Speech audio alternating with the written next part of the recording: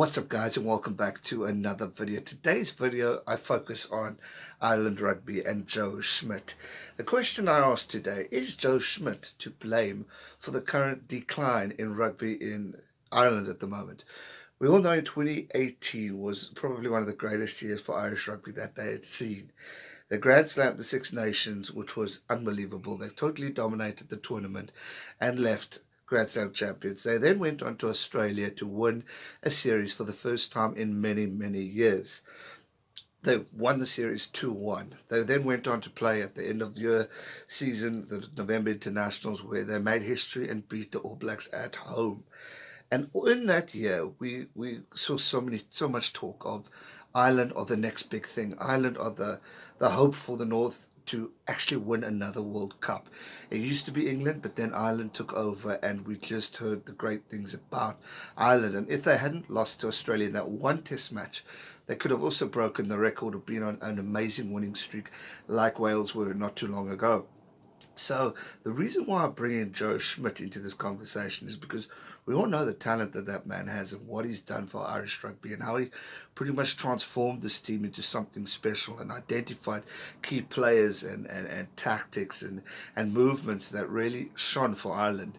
And we could clearly see that in the year of 2018. It was the year for Ireland. I mean, Johnny Sexton, player of the year, Joe Schmidt, coach of the year. It was just a dream year for Irish rugby. And not only for the international team, we saw Leinster win both the Champions Cup and the Pro 14 Cup. Clear dominance from the other Irish nations like Munster, Connacht, and Ulster. So we clearly saw a transformation in the country where they were just looking sharp. And then came November, when rumours were talking about Steve Hansen leaving. Could Joe Schmidt take over the reins at New Zealand? Could he be the next All Black coach to take over? And there was a lot of talk about that. Then, obviously, he announced he's going to be leaving Irish rugby after the Rugby World Cup.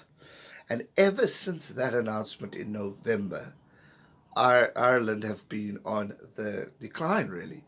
They came third in the Rugby World Cup. They lost to England on the first game, and we all know what happened last weekend, but I'll touch on that in just a bit. And it didn't seem to spark in this Six Nations tournament. They weren't the team that we remembered from last year. The mistakes were coming up, the injuries were happening. I mean, obviously you can't blame a coach for that, but that strength and power and passion within Irish rugby was not being brought out in 2019. And we witnessed the junior internationals and the rugby warm-up games, and this is where I thought, okay, Ireland are going to switch back and prove the haters, critics wrong, and show that they just had an off season, and then they will improve. They had a game against Italy. They won convincingly, and which one would have predicted, because you're playing against Italy, the weakest team in the Six Nations. So you'd think you'd get a definite result. Then came England, and we saw England lose to Wales, beat Wales, and then they lost to Wales. So they were up, and one good game, one bad game. And one would wonder, can they take on the heat, or are they going to just bounce back? And bounce back they did. England whooped the Irish with an amazing rugby game where they just completely dominated all formats of the game and just stunned everyone by winning 57-15 points.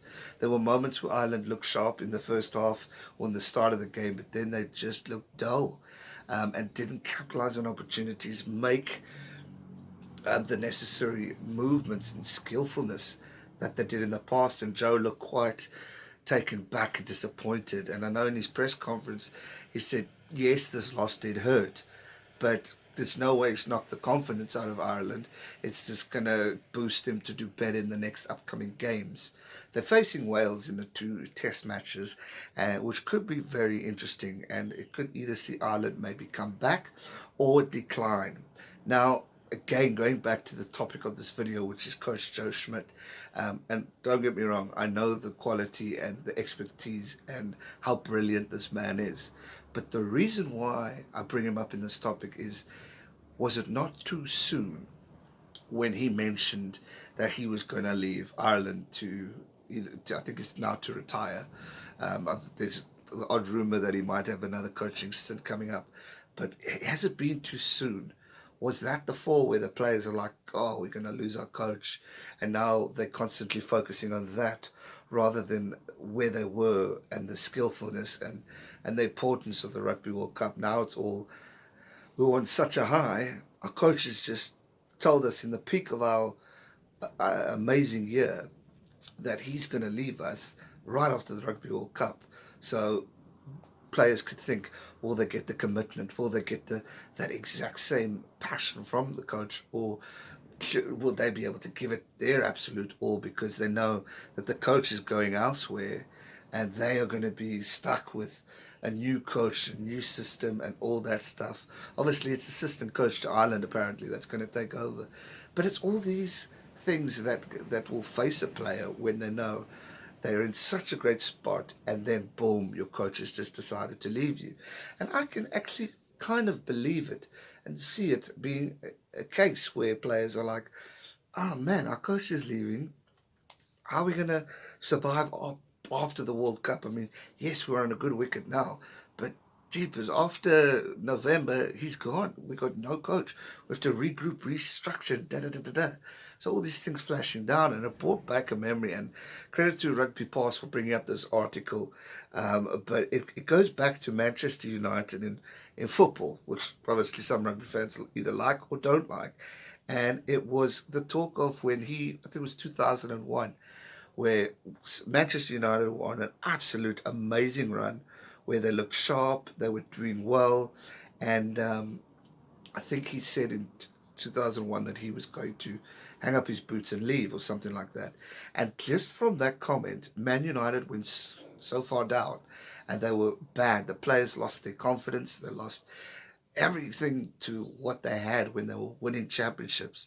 And Fergie actually decided to retract what he said and stayed on, and United ended up winning more championships. And it makes me wonder, is it a similar situation where Joe Schmidt should have maybe waited until either just before the Rugby World Cup or after the Rugby World Cup before announcing that he's going to leave, especially when his team is in such a good place? So it's an interesting thing. And Ferguson has gone on to quote and say it's the biggest mistake of his career. And it says back in 2001, Ferguson was at the top of his game. He already delivered 7 Premier titles at United, including the historic treble in 1999. And everyone thought he was the greatest. And I think Joe Schmidt is eyed as the greatest for Ireland, especially last year. They were dumped out of the FA Cup and the League Cup when Ferguson announced his intention to leave at the end of his campaign. And it was just a complete drop. And then he would perform a U-turn in January and stay on at United, winning a further 6 titles and a second Champions League. Interesting stat, interesting comparison, and that's what inspired me to do this video, because I mean I support United and I've got a lot of time for Ireland, but do I see this as the sole reason that Ireland are on the downfall? No, I don't. I don't think we can look at it like that, and I think players should be trained and mentally ready for situations like this. And Joe Schmidt broke the news to the world in November, but he would have prepped his players. He would have told the players of where he was going, his intentions, his ideas, etc., etc. So they would have been prepared. And it's not him saying goodbye at that exact time. It was just him saying, all right, after the World Cup, I'm going to retire. How many coaches have done it and left? I mean, Steve Hansen's going, Rusty's going. So, I mean, look at the Springboks. They're on the rise now. All Blacks, yeah, okay, but funny, but still great. Great coaching system. Michael Checker could be released after this too. So it happens in all rugby eras, and I do not think this is the reason that Ireland rugby is not great. It's just I think they were missing star players. They did peak in an amazing time, and now the pressure's on.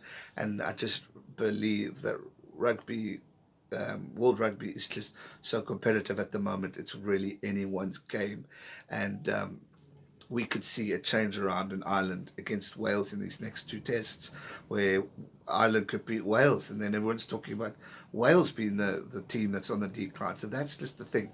Scotland, good proof. Scotland lost to France, got clopped. Then they came back and beat France.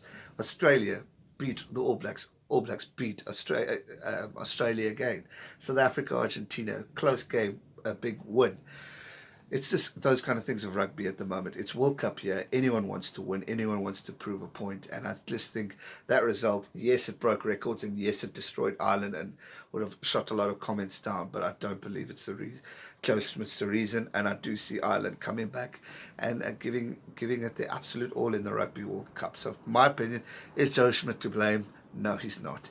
It's just a matter of this year is just so competitive of rugby. England are peaking at a great time, and Ireland just need to catch a wake up, move on, move forward, and focus on what's important, and that's the Rugby World Cup.